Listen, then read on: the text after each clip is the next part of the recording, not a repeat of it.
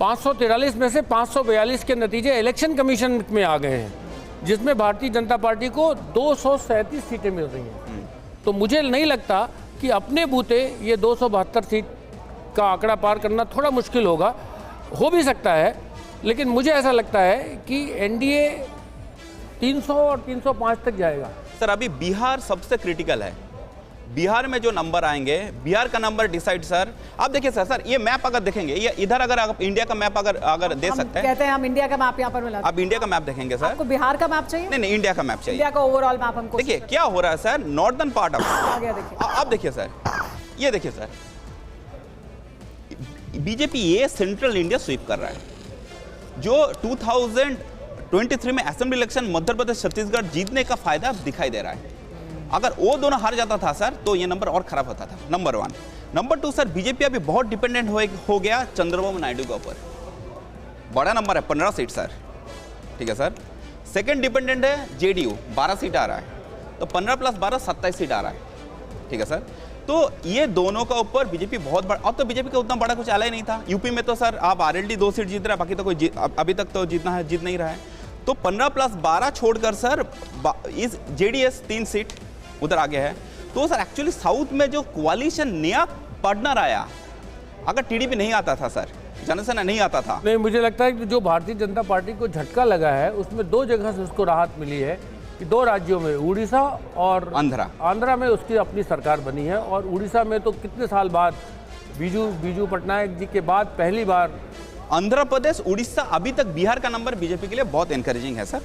बिहार का नंबर भी इनकरेजिंग है और मुझे लगता है सर ये कर्नाटक का नंबर भी ठीक ही है। सर देखिए, अभी देखिए सर, ये जो पैच आ रहा है, ये पैच देखिए बीजेपी तक घिरा हुआ है, आप समझ रहे हैं ना सर। बाकी जगह में ये जो पैच है, इधर पूरा क्लीन स्वीप मार रहा है। मतलब गुजरात बहुत अच्छा हो रहा है, एमपी अच्छा हो रहा है, छत्तीसगढ़ अच्छा हो रहा है, इधर उड़ीसा अच्छा हो रहा है, ठीक है सर। तो जो ट्राइबल वोट मुझे लग रहा है सर, वो ट्राइबल वोट गुजरात से लेकर एमपी होकर छत्तीसगढ़ आप उड़ीसा तक, ये ट्राइबल वोट बहुत अच्छा इनको मिला है। ट्राइबल वोट से इस बार बीजेपी 200 क्रॉस किया ट्राइबल वोट के लिए सर। नहीं तो सर बीजेपी का 200 क्रॉस करना मुश्किल हो जाता है ट्राइबल वोट में सर। 52 सीट्स है सर, आप देखिए सारे सीट ट्राइबल बेल्ट में 52 सीट्स हैं, 52 सीट्स जो जिस पर आदिवासी फैसला करते हैं। और देखिए सर, ये बेल्ट आप देखेंगे गुजरात का ट्राइबल बेल्ट से लेकर आप देखेंगे एमपी, आप उड़ीसा। तो इस आदिवासियों पर भारतीय जनता पार्टी ने काम भी बहुत किया है। बट आदिवासी ने सर झारखंड में छोड़ दिया। जेएमएम का अरेस्ट का सर आपका एक रिवर्स रिएक्शन मिल रहा है। और झारखंड में छोड़ने के लिए वेस्ट बंगाल में भी जंगल महल में टीएमसी जीत गया। तो आदिवासी का वोट झारखंड और वेस्ट बंगाल में अलग है, बट उसका नीचे अब जब आ रहा है उड़ीसा अलग है सर, छत्तीसगढ़ फुल दे रहा है। नहीं, लेकिन झारखंड में आदिवासी निर्णायक नहीं है, आदिवासी निर्णायक है छत्तीसगढ़ में। I agree sir. और शायद इसीलिए भारतीय जनता पार्टी ने छत्तीसगढ़ में चीफ मिनिस्टर बनाया आदिवासी को, राष्ट्रपति बनाया आदिवासी को। उसका असर आपके इस ग्राफ में दिखाई दे रहा है। और एक सर आप देखेंगे सर, ये देखिए झारखंड का, देखिए ये जो ट्राइबल जो सीट है लूजिंग, बीजेपी इज लूजिंग। तो क्या हो रहा है झारखंड में, क्या हो रहा है सर, ट्राइबल भी 28-30% है। ट्राइबल सीट में सर झारखंड वेस्ट बंगाल में सारे सीट बीजेपी लूज कर रहा है, ठीक है सर। और एक सर मणिपुर में देखिए सर बहुत इंटरेस्टिंग है, जो इनर मणिपुर जो सीट हिंदू डोमिनेटेड है, मेताई डोमिनेटेड है, उधर बीजेपी ट्रेलिंग हो रहा है। मणिपुर देखिए सर। और आसाम में भी सर जितना खराब सोचा था उतना खराब नहीं गया, आप देखेंगे आसाम में गया है। तो मणिपुर का एक इंपैक्ट इस बेल्ट में नॉर्थ ईस्ट में पड़ा है। नॉर्थ ईस्ट जितना स्वीप करने सोचा था उतना उस तरीके से स्वीप नहीं हुआ। और गौरव गोगोई लीड है, जो जोरहाट, जो मतलब सर क्या कांग्रेस को एक नेता मिल गया जो हेमंत बिस्वा शर्मा को टक्कर देगा, एक नेता मिल गया। अभी सर सब कुछ डिपेंडेंट है बिहार में 40 सीट में एनडीए को सर उधर मेरा सर 32-33 में लीड है। हरियाणा और राजस्थान में बीजेपी को जो झटका लगा है उसको आप कैसे देखते हैं? पूरा जाट निकल गया सर। जो राहुल कासवान को टिकट कटने के बाद उस एरिया में जो जाट में चर्निंग चालू हुआ सर, उसका चलते हुए बीजेपी का एटलीस्ट 5-6 सीट सर बीजेपी नुकसान करके दे रहा है। आप देखेंगे, ये देखिए सर पूरा आप देखेंगे जो वसुंधरा राजे का एरिया छोड़कर आप देखेंगे बर्मीर चला गया, गंगानगर जा रहा है, ये गंगानगर सीट होगा, चूरू, सीकर, झुंझुनू जा रहा है।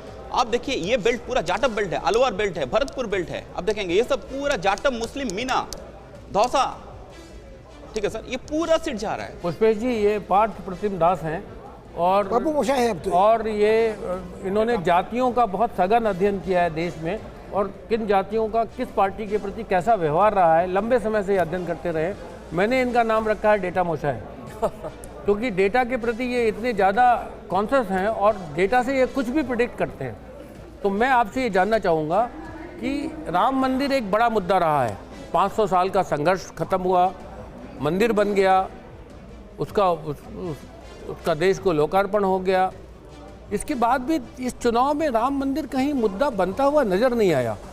अगर उसमें भी नज़र नहीं आया, अब मंदिर का जो शहर है उसमें भी भारतीय जनता पार्टी पिछड़ रही है और पूरे के पूरे अवध इलाके में भी वो वैसा नहीं कर रही है जैसा पिछली बार किया था। इसकी वजह क्या है? ठीक है, मतलब सर जो आप कौन सा मुद्दे में वोट कर रहा है, रियल मतलब एक इमोशनल इशू, तो मुझे नहीं लग रहा सर इलेक्शन इमोशनल इशू में लोग वोट किया। ठीक है सर, ये जो इशू है पेपर लीक, जहां पर आप देखिए सर, आप यूपी में खराब कर रहे हो लेकिन बिहार में उतना खराब नहीं कर रहे हो। बिहार में नहीं खराब, तो क्या सर जो जातिगत समीकरण जहां पर आप सेट किया, बिहार में जेडीयू बीजेपी अच्छा है, साथ में मांझी को लिया, साथ में पासवान को लिया, साथ में कुशवाहा को लिया, जातिगत समीकरण बैठ गया सर। आंध्रा देखिए बहुत अच्छा किया। उड़ीसा में देखिए सर क्यों हो रहा है, नवीन पटनायक के अगेंस्ट इतना साल का एंटी इनकम्बेंसी है। तो इलेक्शन इज वेरी लोकल। ठीक है सर, और लोकल इलेक्शन में सर पेपर लीक मुझे लग रहा है यूपी में बहुत नुकसान किया। अग्निवीर स्कीम का सर उतना बड़ा इंपैक्ट मुझे अभी तक दिखाई नहीं दिया। ठीक है सर, बट पेपर लीक, छूटा जानवर, ये जो इशू हम लोग हर टाइम सोचता था सर छूटा जानवर इशू बन जाएगा, इशू बन जाएगा, इशू बन जाएगा, इस बार बन गया सर।